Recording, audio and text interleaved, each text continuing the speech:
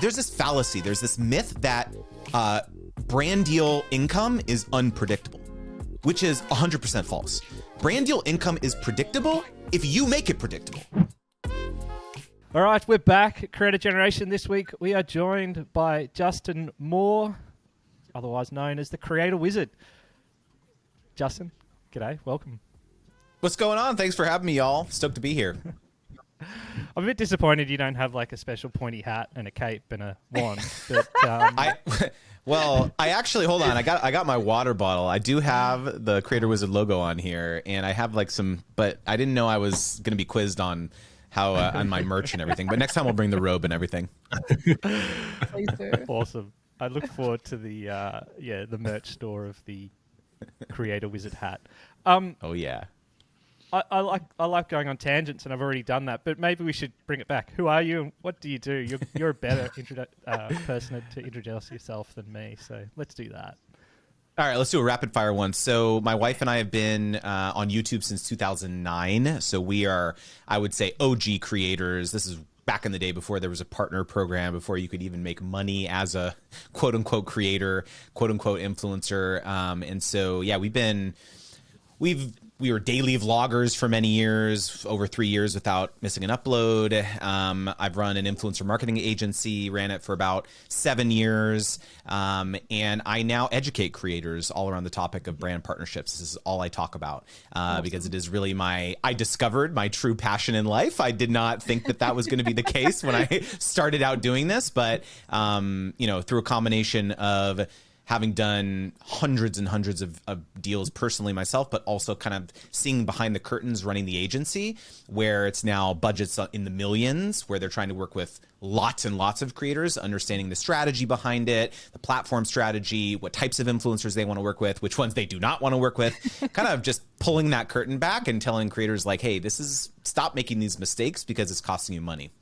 Awesome. I love that so much. This is something I'm passionate about too, because I don't think creators talk about this stuff enough, and a lot of us are out here blind. So I'm very personally excited for this pod. 100%, right? Like, I think everyone in this creator industry, particularly on the creator side, there's, no matter how experienced and big you are, there's still that like uncertainty of what is going on, why. It's super important that you're doing what you do, and we always try and pull back the curtain on everything, but creator brand deals and like how much should you charge and how does it all work? It's like I don't know if that's why you came up with Creator Wizard, but it sort of feels like voodoo and magic, and like it's all swirling around out there. But like, how did you like? Why are you leaning so into the creator side of things when you've been really on, like, I know you've been a creator for a long time, but you've also ran the agency side. What draws you back to the creator side?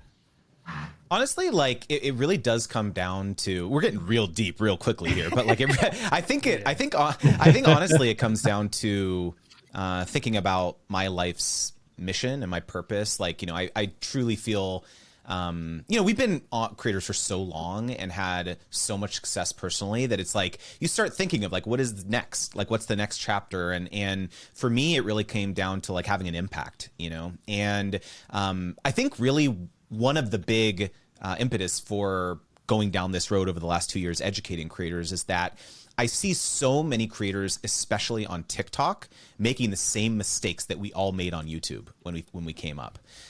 So there's so many creators who have just blown up overnight. They are getting taken advantage of by brands. They're getting taken advantage of by management firms and agencies who are signing them with these really predatory contracts.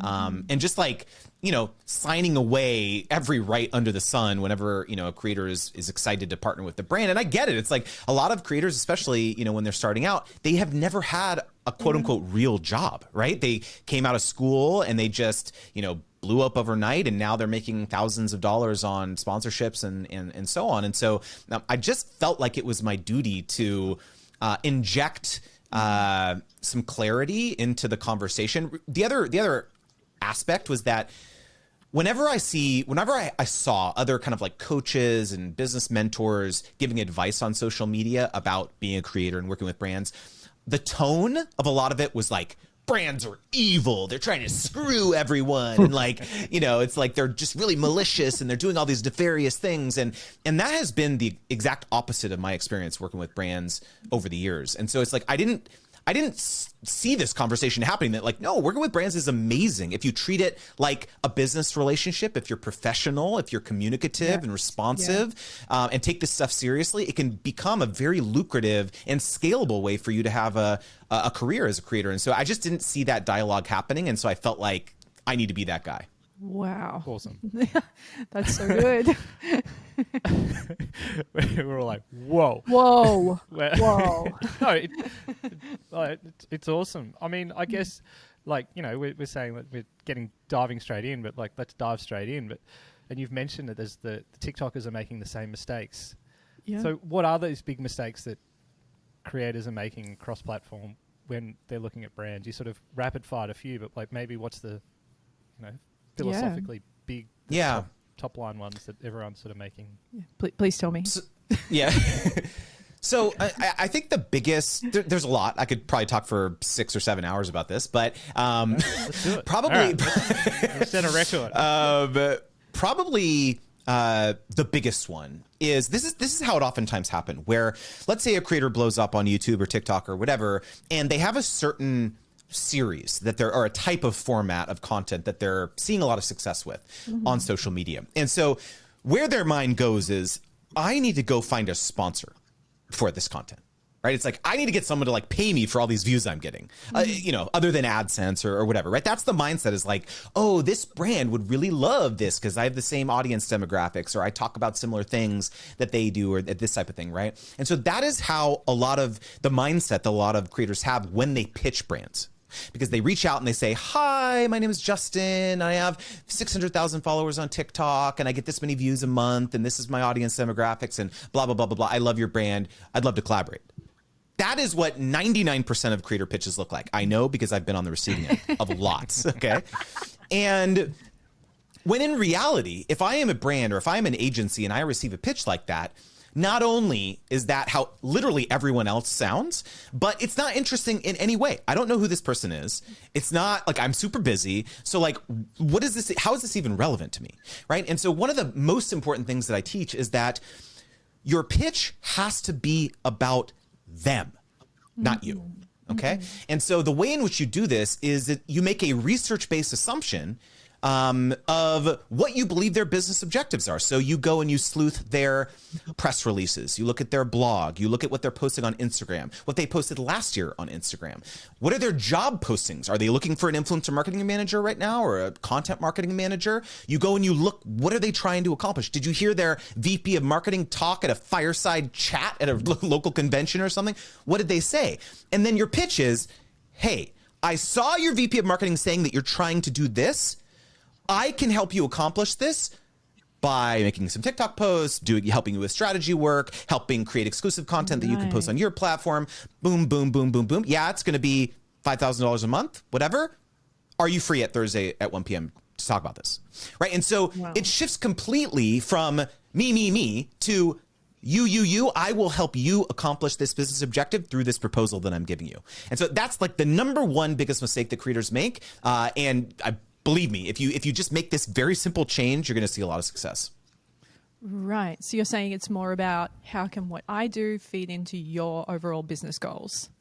100%, because like it's crazy. At the end of the day, the other thing that follows into this quite nicely, I think, is that the other reality is that when a brand emails you, right? That's oftentimes how, you know, a lot of creators, you know, this very first point is like, they're not really thinking about pitching brands, but randomly this email lands in their inbox and it's like, brand XYZ, love to collaborate with you. And they're like, oh crap, what do I do? Right. It's like, I have a YouTube video actually about, it's called like, a brand emailed me, now what? That's the title. Cause it's like, Perfect. I've had this conversation a lot. It's like, I don't know what to do. I don't even know what to say. And surprisingly, a lot of creators either ignore or delete that email. And I'm just like, that's like money sitting in your, just like reply, like, yes, I'm interested. Tell me more. Right. But even that is like too scary for people sometimes. But anyways, so it's like the number one thing when a brand emails you, all you need to do is say this very magical line. Are you ready? You say, this is so interesting. Can you tell me a little bit more about what your goal is for this campaign. Yeah, right. What would success look like to you? That's it. That's all you have to ask, because then you allow them to articulate what they are trying to accomplish, because two surprising things will happen. Number one, a lot of brands will be like, oh crap, we don't know. And so it'll force them to go back and think amongst their internal team and then get back to you with more concrete guidelines around what they're looking for from you. Because if they don't know, there's no way that you're going to succeed in that partnership, because regardless of your performance, they're going to not be happy because they didn't determine that, right? And then the other surprising thing that happens is that your proposal now needs to fundamentally change based on what they say. So here's an example of that. Yeah, right. Let's say that the brand reaches out and they say, oh, we're doing, we've got this really exciting new product that we want to launch, and we'd love you to talk about it. That's what they say, right? And you say, okay, well, can you tell me a little bit more about the goal, your goal? And they say, well, you know what? We really just love your, the way your content, the way you create your content, you're really engaging. And really, we really just kind of want to get your content so that we can repurpose it and run it as ads or embed it on our website or something like that. And so if you hear that as a creator, what you propose to them is not, oh, I'm going to make one integration on my YouTube channel. It's like, no. Oh, that's so interesting. You want to repurpose my content as ads? Well, I can actually make you 5 30-second videos that I don't even post. Yeah. That you can use as ads. And now the amount of money that you can charge them is completely detached from how many followers you have and your viewership, right? Because the goal of the campaign, they told you, was using your content as ads. So it's just like a very small example of how powerful it can be to just kind of be a detective and ask these questions. Yeah, wow. This is great. I'm just going to sit back and just let Justin just Yeah. keep talking. Just keep going. I'm just going to make a this is all interesting. Start great. monologuing, Justin. I'm just here joking. for This it. is brilliant. Like I mean it all in the best way, because Me it's too. great. Like we'll just sit back and let Justin drop knowledge. So Well, you guys, I feel like you guys need to be like, yeah, but what if you need to like give me some counterpoints or something? So Fred, I don't have a counterpoint, but I'm wondering what you sort of described as, that element of that reactive strategy to brands coming forward and sending you an email. Are you finding that as creators become more sophisticated, they're developing more proactive strategies where they themselves are going out to enable brand deals? One of the things that I teach in my courses and coaching and things like that is that regardless of where you're at in your creator journey, whether you're a micro influencer and you haven't worked with a ton of brands up to millions of followers as a creator, is that you have to be supplementing your inbound deal flow, meaning the opportunities that are coming to you, with outbound perspective, proactive pitches, right? Because like there's this fallacy, there's this myth that brand deal income is unpredictable, which is 100% false.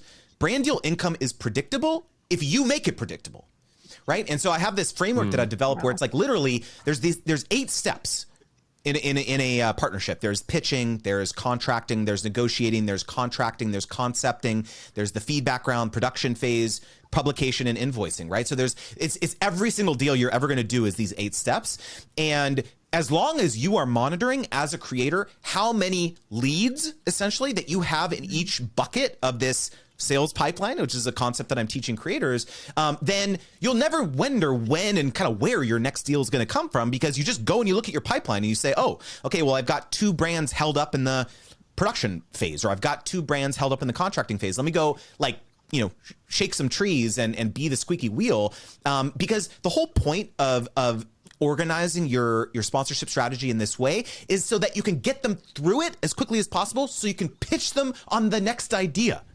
again, right? Because I make this joke that creators fire themselves from their 9-to-5 job every single month. They work with a brand and then they literally never talk to them again, right? And I just sit them down and I say, do you have any idea how much easier it is to convince a brand that you just worked with, who you just did amazing work for, to hire you again? It's so much easier than going out and just being like, spare change?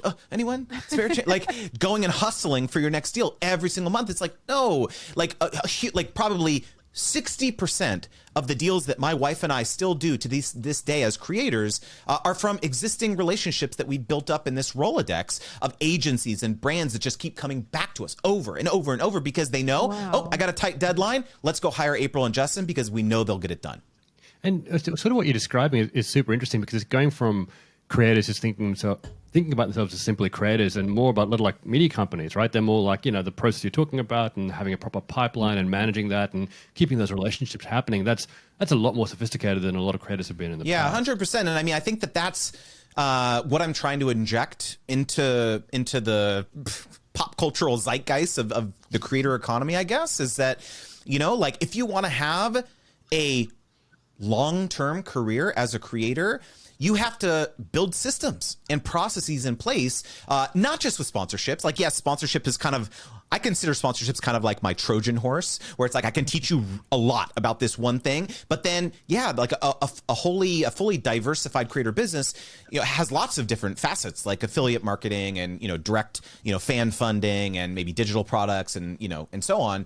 But it's like sponsorships, like everyone thinks, oh, it's like they're great when you can get them. It's like no, like you can make lots and lots of you can make it a predictable income if you just inject some certainty into it. I can hear a lot of people listening thinking this, and we get it a lot at like a lot of the YouTube creator events that we do. Is like people are like, but I'm not big enough, like, or when am I big enough? Like, so it's like, oh, that's nice for the big end of town, or the hundreds and hundreds of thousands of subscribers. It's like easy for them, but when am I big enough, or I'm not big enough? Like, what do you say to that? Like, because I can just hear it. Like, nice. What about me? Yeah. So I have another video on my YouTube channel called "How to Get Sponsorships with 0 Subscribers," because to hammer home the point that truly there's so much value that you can bring to a brand beyond your vanity social metrics, right? My favorite example of this is a micro creator looking at all of the opportunities in their local community. Okay. So this is a creator who, let's say they have 5,000 YouTube subscribers, right? Not a huge amount, but they go down their main drag, in their city, right? And they go in for an afternoon into all of the small businesses along Main Street. Okay. And they say, hey, would love to understand a little bit more about your social media strategy. And, I virtually guarantee you that 99% of them do not have a full-time marketing person, but they're desperate to drive foot traffic into their locations. Yeah. And so your pitch to them becomes, as a micro creator, not, I'll talk about you on my YouTube channel. It's like, no, I will help you launch your TikTok so we can drive more foot traffic into your location, into your 3 locations around Brisbane. That's the pitch. And yes, it's a completely different challenge, right? It's not, oh, I'm going to do an integration on my YouTube channel. You're now going to have to think about, how can I drive local community-based traffic now? But what a fun challenge as a creator. And so that small business looks at your 5,000 subscribers on YouTube or TikTok or Instagram or whatever, and they think, wow, this person has 5,000 followers. Right? So here you are comparing yourself to all of these other giant accounts, and you're just like, oh, woe is me, I suck. Whereas these other people, if you just shift your frame of reference to realizing that you have so much value, you think brands and businesses have it all figured out on social media. They don't, believe me. Right? And so for you to come in and say, let me be your strategist, let me be a consultant for you to help you accomplish, again, the marketing objectives that you had. And you know what? A lot of people don't think about this as like a brand deal or a sponsorship, but it is. You are helping a brand accomplish something in exchange for money, right? And so one of my goals is to broaden everyone's perspectives about what a sponsorship is and what a brand deal is, to tap into the knowledge and expertise that everyone actually has. Yeah, wow. Right. Phoebe, that's you and Matt sort of have a similar approach, right? Like we do. The value for the brands you work with is beyond the content on your channel, right? Yeah, and often we'll be engaged in the first instance to create exactly like Justin said. They'll see what we do and they go, I like that it's that kind of user-generated content feel, and that's what we want to integrate into our platforms. Can you come and shoot, 5 30-second videos? And then while we're there, we use that opportunity to film stuff for our platforms anyway, because that's always great to have fresh content. So when we started, we just thought, oh, we'll be YouTubers or creators, whatever. You don't realize that you are starting a content creation agency. And you have to view it that way. You have to, because it's so valuable what you bring. Let's quickly talk on that point, Phoebe, about There's this concept in negotiation psychology, which is, I just nerd out about this topic. This is like all I talk about in my course is your BATNA. It's a topic. It's a concept called your BATNA, which is your best alternative to a negotiated agreement. Okay, your BATNA. Okay. Both parties in a negotiation have this. And what this means is if this brand did not hire you, what are their alternatives, right? So if they're like faced with, okay, like Phoebe's saying that I have to, we have to pay her $3,000 or $5,000 or whatever to do this set of deliverables. What are we going to do if we don't hire her? Well, I guess we could go out and hire a production company or an agency. Like you said, we got to go hire actors and actresses to star in the content, who are just random people, by the way. And then once we produce the content, we have to hire an editor to cut all the different versions for all the different platforms that we want. And then, oh, by the way, when we finish those assets, we have to go pay Facebook and Instagram and YouTube to run the damn ad. Yes. Okay.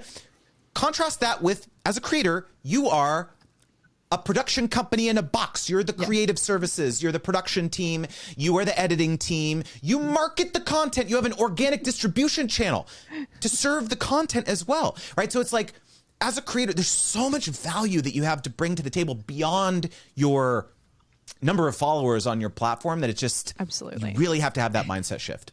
Absolutely. I will say, I don't know if this is just me. I'd love to know if other creators listening experience this. It is still hard to get paid.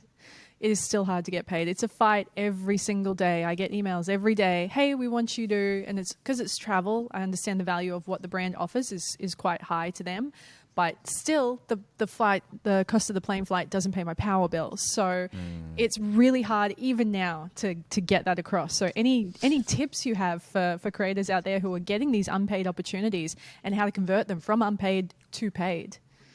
Well, it's so funny because this is actually a really important topic, and I'm really glad you brought it up, which is that a lot of creators hear all of these things that they hear, like, oh, we join our ambassador program, or become an affiliate, or here's a gift card, or our product is expensive, so that should be compensation enough, or like there's all these different versions of we're not going to pay you. That's what everyone hears. And what I need you to hear is that you should be saying different things based on each of those things, each of those different types of things that they say. Because a lot of creators will be like, oh, I'm only focusing on paid partnerships right now. Yeah. Do you have a budget? That's what everyone says. And that is the exact wrong thing that you should do. Oh my God, I say that. And this is going to be a personal coaching session for you then, Cook. Yes. So the reality is there's different tactics to go down. So let's give me an example. I will literally give you a tactic right now based on what someone says. Okay, all right. I've been contacted by a tourism board very recently. They said, we want you to come to this country and we'd love for you to film some stuff, share some stuff, blah, blah, blah. We're putting up flights, hotels, activities, all your food, everything. You won't be out of pocket. And then they said, do you need to be paid? And I said, well, yes. And they said, well, we don't have a budget. And I was like, why did you ask? And that's where we're at. Was this on via email or on a call? It started on an Instagram DM, and I've been trying to move it to email, and I keep emailing and I keep getting DMs back. Okay. It's just fun. Gotcha. Yeah. Okay. So my advice to you in this particular situation, honestly, getting on a call or getting on a Zoom is your absolute top priority in these situations for this particular circumstance. Because going back to this whole idea around being a detective, imagine if you got on the call with this tourism bureau or board or whoever, and your first question to them is, tell me a little bit about the campaigns that you've run in the past. What worked well? What didn't work so well? Have you worked with creators in the past?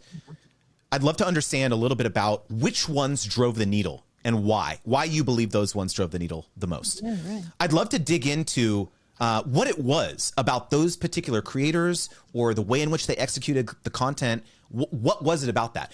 What type of landing page were you driving people to? Was it just a random tourism bureau country whatever? Is that it? Interesting. Interesting to know. Right. So there's all these questions, all these things that you're asking. Right. And asking, hey, are you are you getting the rights to repurpose all of this content that these creators are providing you for paid media to be able to extend the lifespan of this program to, you know, yield a more efficient ROI overall for this campaign? Would you like actually me to help you facilitate introductions and perhaps logistics of managing a campaign with 10 other creators that I have in my network who do really solid work? Here's a bunch of examples. Yeah. So, like, again, I'm just like, off the top of my head, these are different things that I'm thinking about. But the goal with all of this is for them to think, wow, Phoebe is not just another creator. Yeah. She is someone who can help us take this campaign to the next level. She's helping us see things or think about things that we've never thought about before.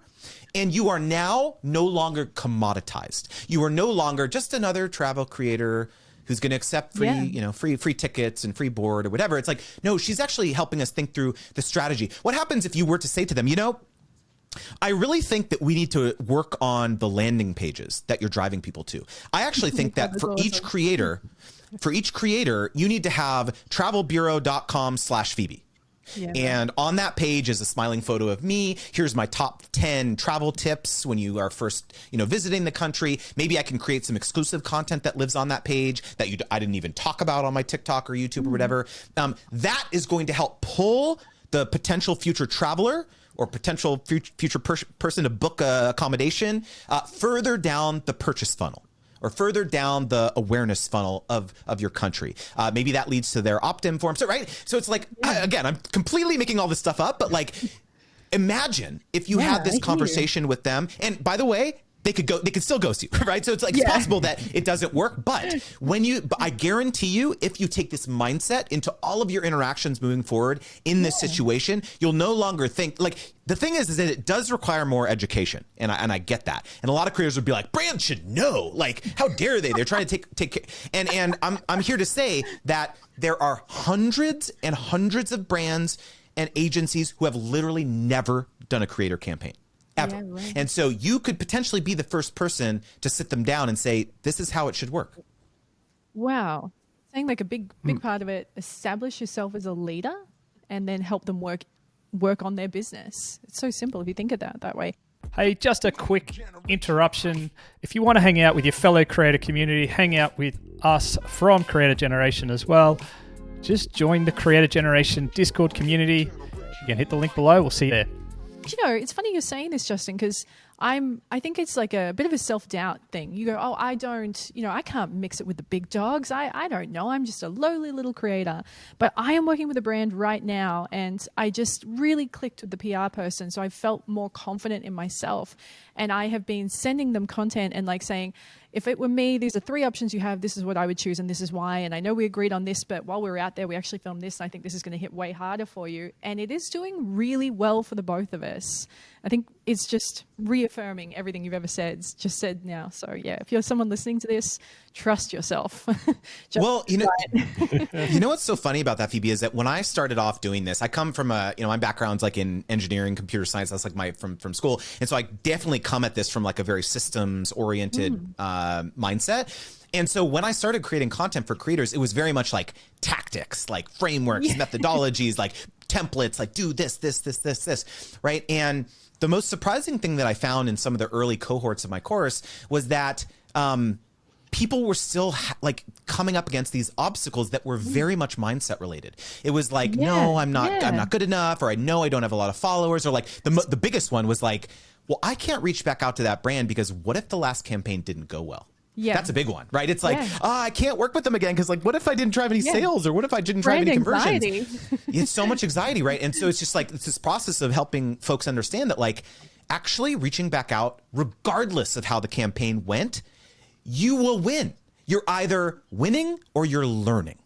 Always. Oh my God. Right? Oh my God. And so it's like when you get this feedback, if the brand says, yeah, it was awesome, time to pitch them on the next deal. But if they said, you know what, it didn't go so well, you need to be able to have the hubris to say, well, tell me more about that. Like, why don't you think it went well? Was that well relative to other creators you've worked with, or well relative to some other like key performance indicators that you didn't tell me about that I didn't know I was being measured on? Because oh, by the way, let's actually try that again in the next post.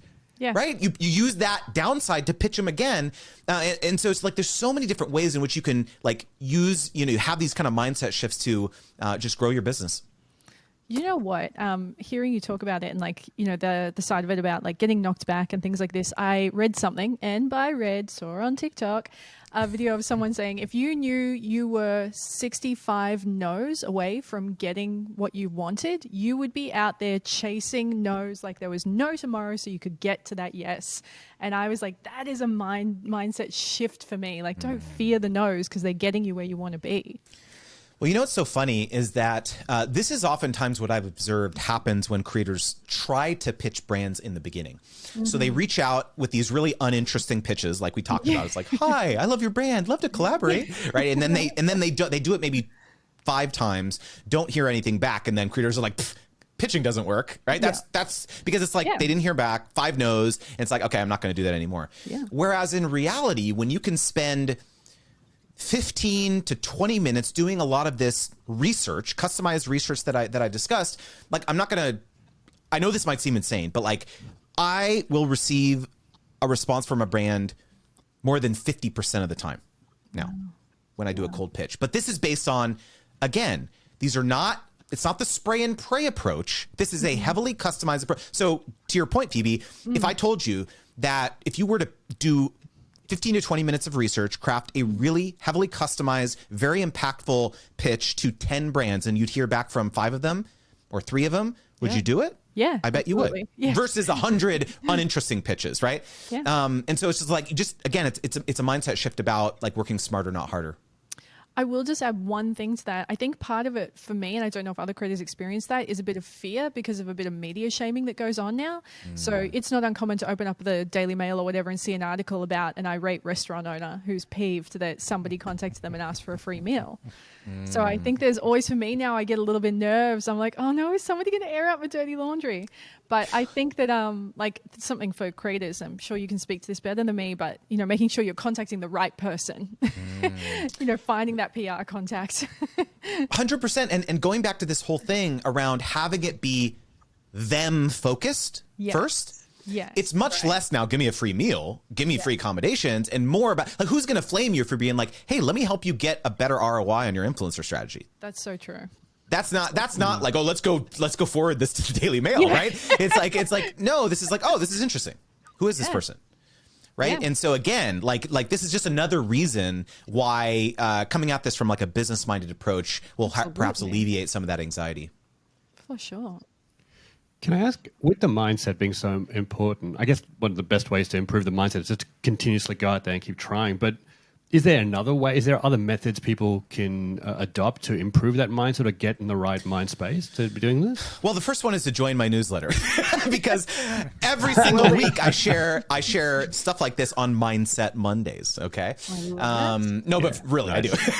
Because honestly, like that, for a long time I was just doing once a week, and I literally send, by the way, this is totally like self-promo and I have no shame doing it, but like I literally send you paid sponsorship opportunities every single week for free in my newsletter, which is just creatorwizard.com/join, by the way.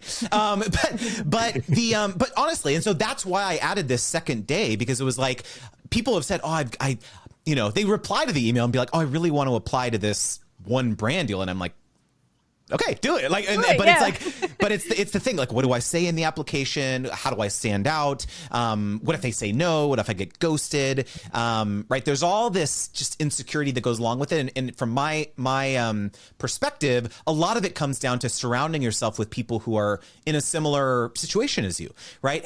Being there to support each other. That is like the hardest thing about being a creator is it's so lonely. Right? Like my wife and I felt this so tremendously growing up that it's like coming up on social media. It's like our family, our friends, no one could relate. When we had conversations with other people, they'd just be like, what's that crazy thing you're doing on the internet? You still doing that? You still making money doing that? It's like, yes, uncle, blah, blah, blah. Yes, I'm still doing that. Right. But it's like, truly, this is like how you make money on YouTube, right? Like this conversation for years and years and years. And so it's like, it's the idea of like surrounding yourself with other people who can kind of commiserate and, kind of go to for that support. Absolutely. So this is a question I get asked a lot, especially from up and coming or just those just starting. They say, how do I actually set my rates? How do I know what to charge for what I'm doing? There is no industry standard. I can't go on Seek or whatever and check out what everyone else is getting paid. How do I know what figure to put on something?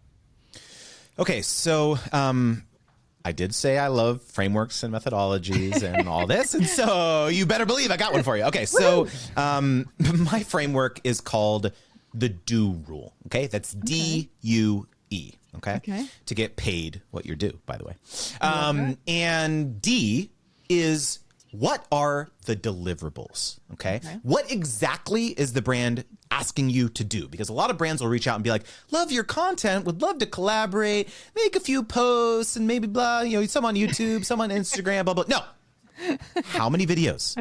Is it integrated? Is it dedicated? If it's on Instagram, is it going to be a reel, a photo carousel, stories? Is it going to be posted in feed? Is it going to be a pin post? Do you want a link in bio? If it's a stream like on TikTok, right? So it's like, I need you to enumerate. I need you to articulate exactly what you want me to do. That's the first thing that is your task as a creator, to extract that information from them. Okay. The U in the DO rule is the usage rights. What does the brand want you to do with your content beyond you posting it on your platform? Do they want to embed it on their website? Do they want to, let an e-commerce partner use it on their website? Do they want to use it for paid advertising? If they do want to use it for paid advertising, how long are they going to be doing that for? Is it going to be confined to social and digital media? Or are they using it for broadcast TV ads? Are they putting it on a freaking out? We definitely signed away broadcast TV rights to one of our content. We turned on the TV and we were like, we definitely didn't get paid for that, but there's our video, right? And so we made every mistake in the book, you name it, and that's where a lot of these insights come from. So that's the U, okay? And then the E in the DO rule is the exclusivity. Are they saying that you cannot work with their competitors for a certain duration, right? So 3 months or 6 months or whatever, because that represents an opportunity cost for you, where if one of their competitors, right, a competitive tourism bureau for you, Phoebe, or something, right, approaches and says, hey, can you come to Albania? And you'd be like, no, sorry, New Zealand says I can't, right, or whatever, right, right. And so, but honestly, this happens all the time. And one of the other really important things to understand is that you are completely within your rights to confine the exclusivity category. So if a brand comes to you and says, let's say it's Samsung, okay, and they say you cannot. It's like maybe it's like a smartphone partnership or something, right? They say you cannot.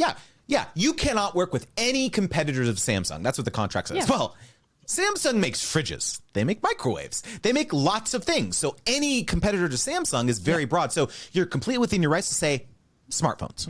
That's the category. Right. And so, again, a lot of creators think this stuff isn't negotiable, but everything is negotiable. And so, again, going back to this DO rule, I know a lot of creators just be like, give me a formula, 2% of your my following, or like my engagement rate and blah, blah, blah. It's all BS. Anyone telling you to do that, don't listen to them. Unfollow them immediately, okay?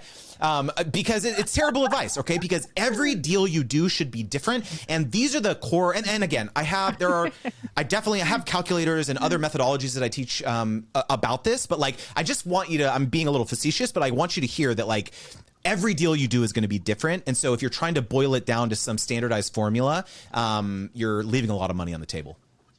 Yeah, which makes it hard for creators, right? They're like, I've got 1,000 subs for this, I've got whatever, what am I worth? And it's like, there's no simple answer, right? That makes it frustrating that you got to do the work, but I guess that's the thing, right? You want to get paid, you got to do the work to figure it out.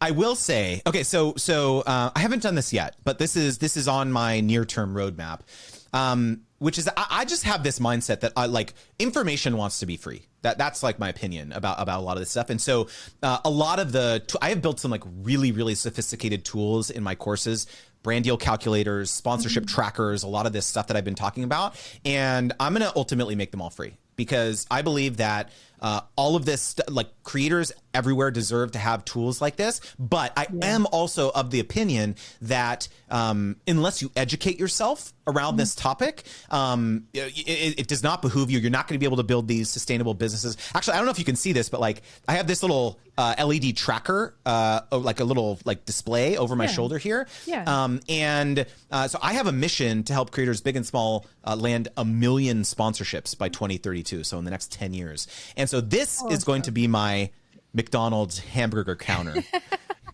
eventually, where it's going to be counting this up, because I want people to have these tools and these methodologies and processes to be able to advocate for themselves. And it doesn't exist right now. It's always like paywalled or gated behind, oh, join up for our SaaS tool or all this stuff, which is just all BS. Like eventually I'm going to make this all free because, you know, I don't know. I think this information deserves to be out there. So stay tuned on that. I don't have a date on that yet, but I'm working on it. But if they joined your newsletter, they'd find out when. If they join, yeah. I mean, thank you for the plug. I'm Venmoing you the bribery money right now. Hold on. Right. Nice.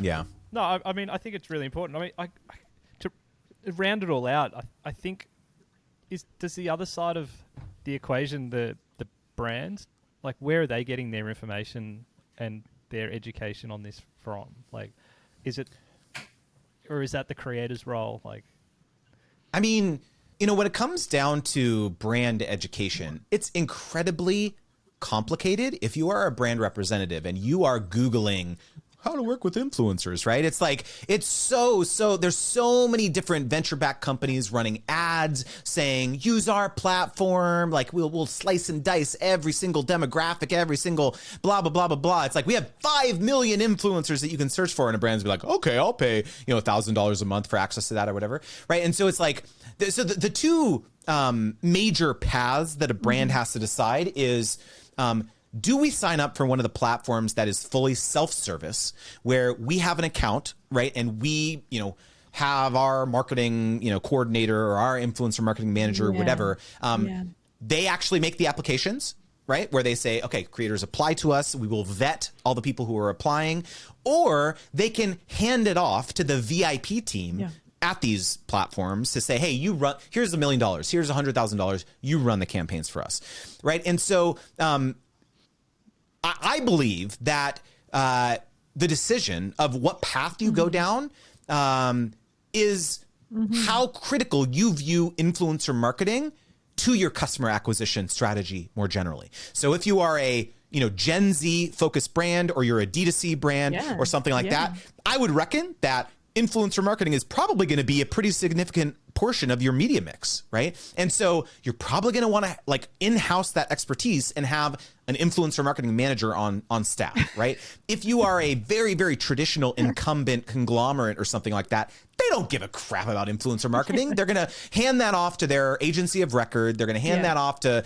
10 other agencies that they have run, and they're not even going to touch it. They don't want to talk to influencers, right? And so, but the up and coming brands, the smaller to medium sized brands, that is where your opportunity is as a creator to put that wizard hat on, put the wizard hat on, and provide some education. And I can't tell you how many people in my community have parlayed this into full-time jobs, right? Because it's like, when you work with the brand, like, and you're providing them this level of expertise, eventually they're just gonna be like, can we just hire you, right? Because honestly, because they feel like you have their best interests at heart. Now, Justin, unfortunately, we actually are running out of time. But I'd like to. I know. And we might have to bring Justin back in for a part 2, because we have all these extra questions that we wanted to ask and we haven't been able to do.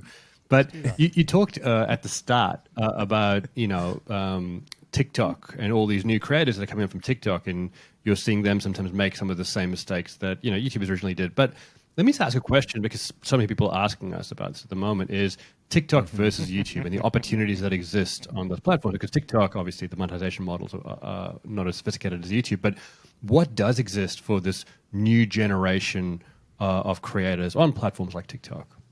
My biggest concern, candidly, is I bet you'd be very hard pressed to tell me the username or the handle of your favorite short form creator. I think you would be like, oh, that one girl who does that thing, or that one guy who does that thing. Yeah. Whereas if you're sitting down and watching a 10-minute long form Yeah. YouTube video, Absolutely. Yeah. I bet you could. I bet you could remember the channel name. I bet you could, right? And I fundamentally view both of these mechanisms and both of these formats as working hand in hand. You can't have one or the other. So the way in which I look at my TikTok strategy is I look at it as very, very top of funnel. So if someone watches a 30-second or a 60-second one of my, real pithy TikToks around like, if a brand says this, do this, right? And then blah, blah, blah, blah, blah. My entire goal is so this is, let me break down to you my TikTok strategy. You'll probably find this interesting. Okay.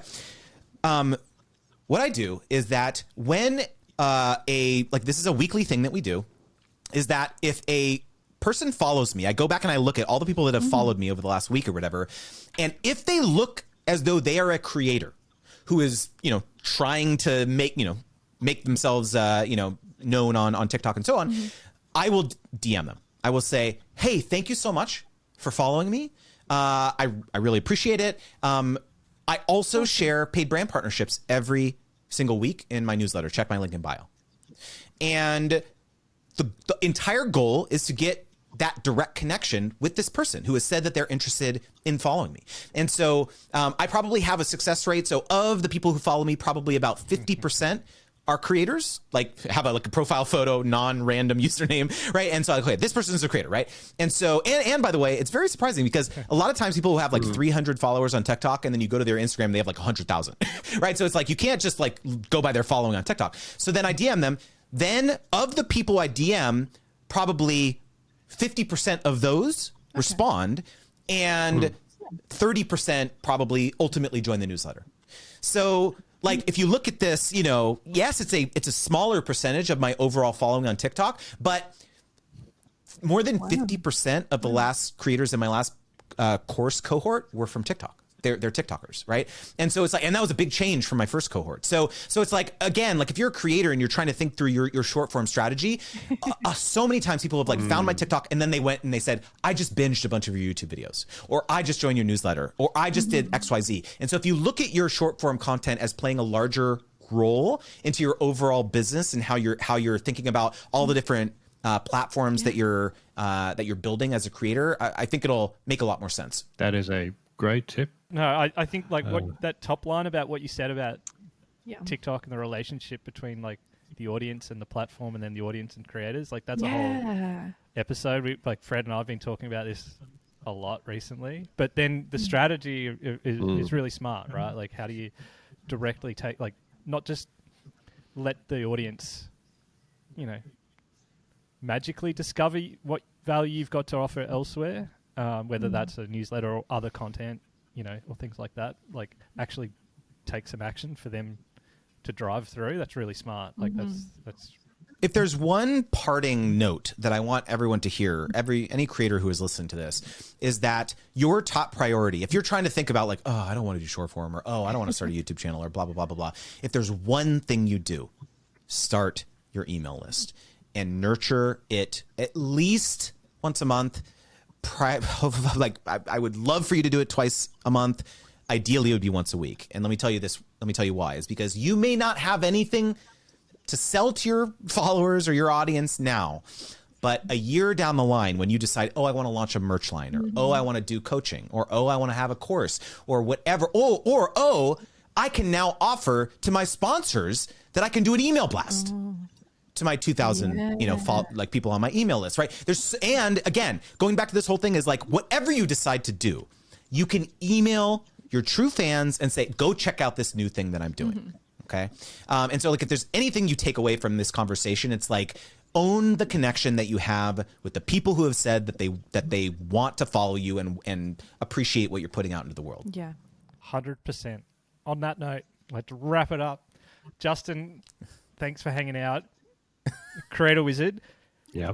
That magical email of yours, if everyone just goes to creatorwizard.com, they'll be able to find where to sign up from that. But it is super useful. I'm on that email list. But Justin, thanks. There's heaps of gems in that. I really appreciate it. Yeah. Thanks for hanging out. Thanks so much for having me. It was a blast. Create a generation. Look on the mic.